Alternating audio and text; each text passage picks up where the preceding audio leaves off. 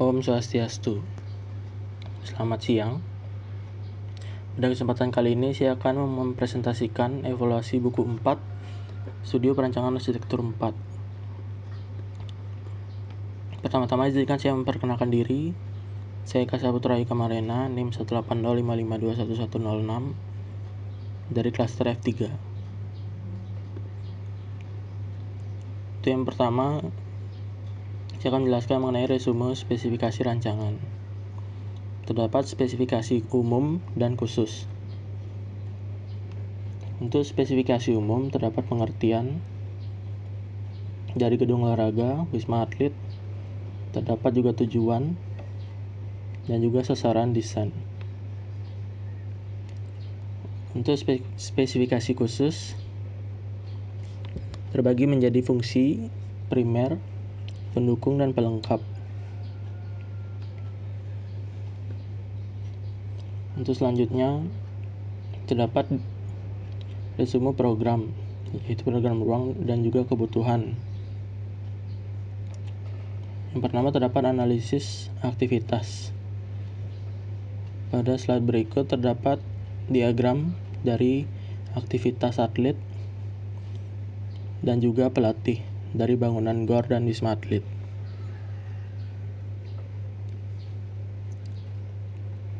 Selanjutnya terdapat mengenai kebutuhan ruang.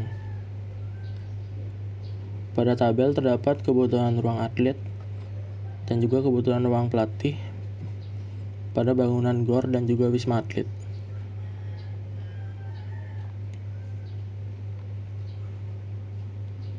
Selanjutnya menjelaskan mengenai performansi. Untuk yang pertama terdapat tabel performansi dari bangunan gelanggang olahraga. Nah, selanjutnya terdapat tabel mengenai performansi dari bangunan wisma atlet.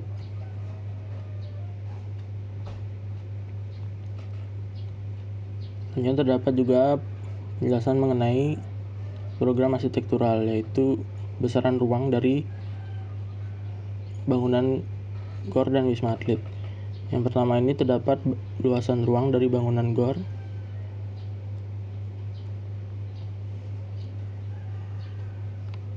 Selanjutnya adalah besaran ruang yang pada bangunan wisma atlet.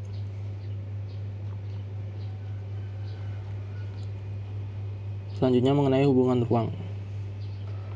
Berikut terdapat diagram yang menjelaskan mengenai hubungan ruang, berdasarkan jaraknya, yaitu dekat, sedang, dan jauh.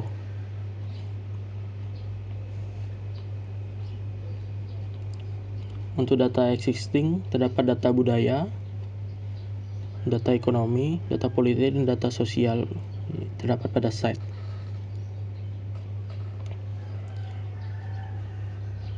Berikutnya mengenai analisis site. Terdapat analisis matahari, iklim, analisis mengenai KDB, KDH, dan KLB. Selanjutnya menjelaskan mengenai pendekatan dan tema yang dipakai pada gedung olahraga dan wisma atlet. Pendekatan yang dipakai adalah arsitektur tropis kontemporer, di mana ide temanya itu menghasilkan desain yang dinamis dan solid.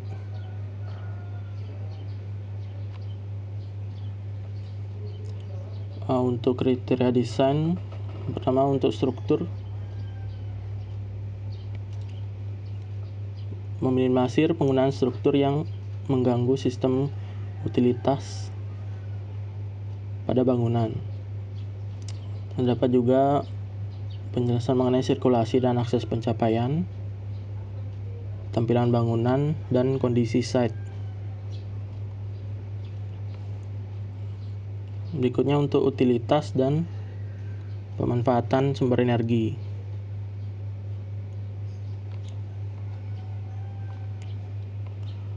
Berikutnya untuk konsep, terdapat konsep zoning, di mana yang sudah tercantum dalam gambar, dan disertai keterangan-keterangannya. Serta terdapat juga konsep main gate dan side gate,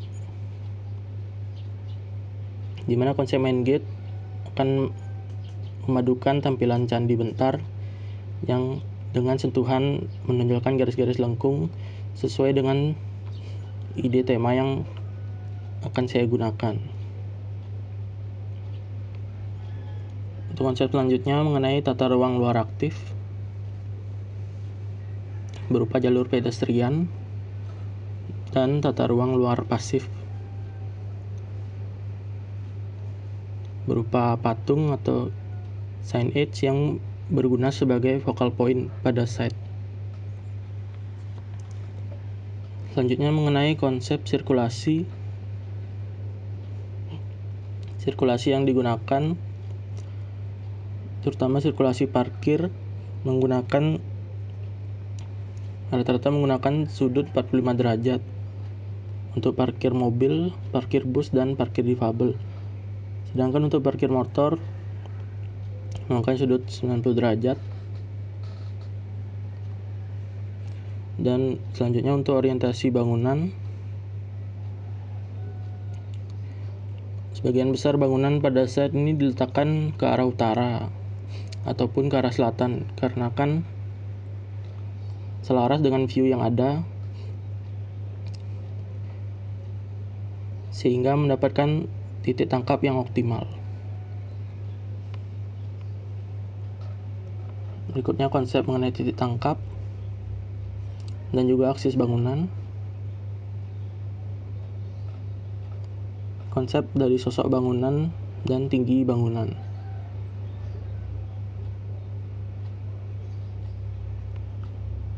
Berikutnya untuk konsep masa bangunan. Masa bangunan ini pada awal terdiri dari 3 buah persegi panjang dengan ukuran yang berbeda-beda, yang dihubungkan satu sama lainnya sehingga menghasilkan bentuk yang sesuai dengan tema, yaitu dinamis dan solid. Untuk ornamen dan dekorasi akan menggunakan ornamen arsitektur Bali seperti keketusan dan pepatran. Berikutnya untuk bahan bangunan menggunakan beton konvensional, pipa baja, ball joint, besi, dan bata ringan. Dan untuk struktur bangunan menggunakan konsep bentuk atap plana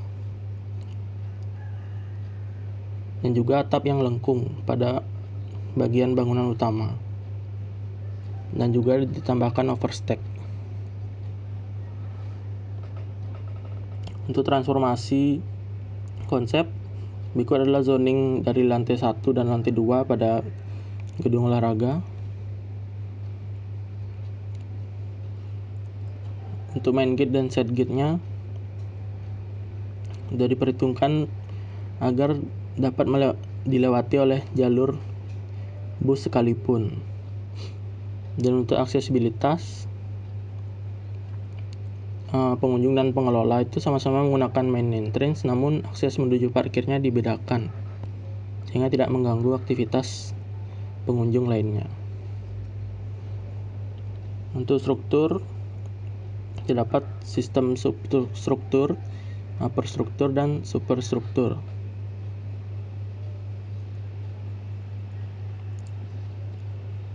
Untuk utilitasnya, pencahayaan menggunakan pencahayaan alami dan juga pencahayaan buatan berupa lampu TL dan LED. Sedangkan untuk kelistrikan menggunakan generator set. Selanjutnya mengenai keamanan, menggunakan sistem CCTV yang diletakkan pada pintu masuk maupun pintu keluar pada bangunan dan pojok-pojok ruangan yang memerlukan akses CCTV. Dan dapat juga utilitas sistem sampah, utilitas pemadam kebakaran. Setiap ruangan pada bangunan dipasang sprinkler dan apart sebagai pemadam dan smoke detector. Dan untuk penghawaan Dipertimbangkannya adanya sistem cross ventilation sebagai penghawan alami pada ruangan. Berikutnya utilitas penangkal petir dan transportasi vertikal. Berikutnya layout dari keseluruhan satu site pada tugas kali ini.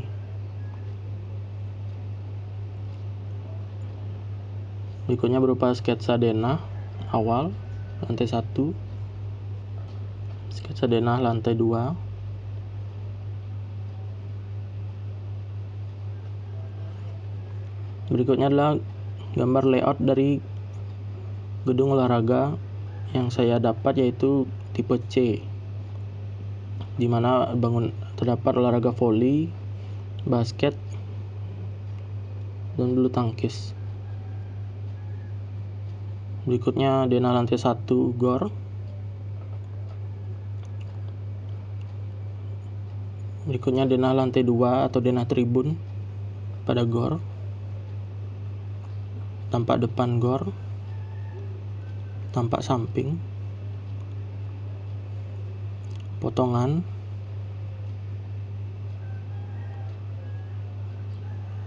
berikutnya terdapat denah lantai 1 Wisma Atlet. Berikutnya untuk denah lantai 2 dan juga lantai 3.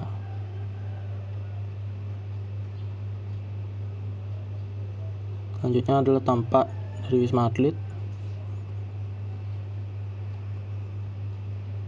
dan juga potongan.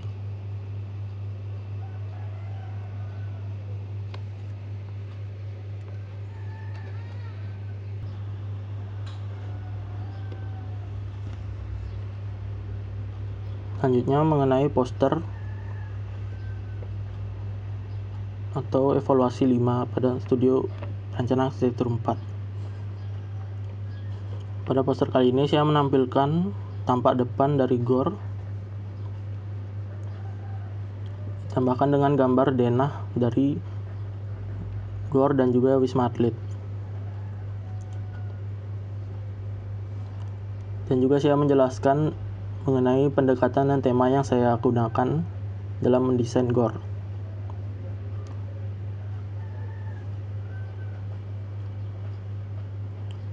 Dan tidak lupa saya tampilkan perspektif dari bangunan GOR dan Wisma Atlet.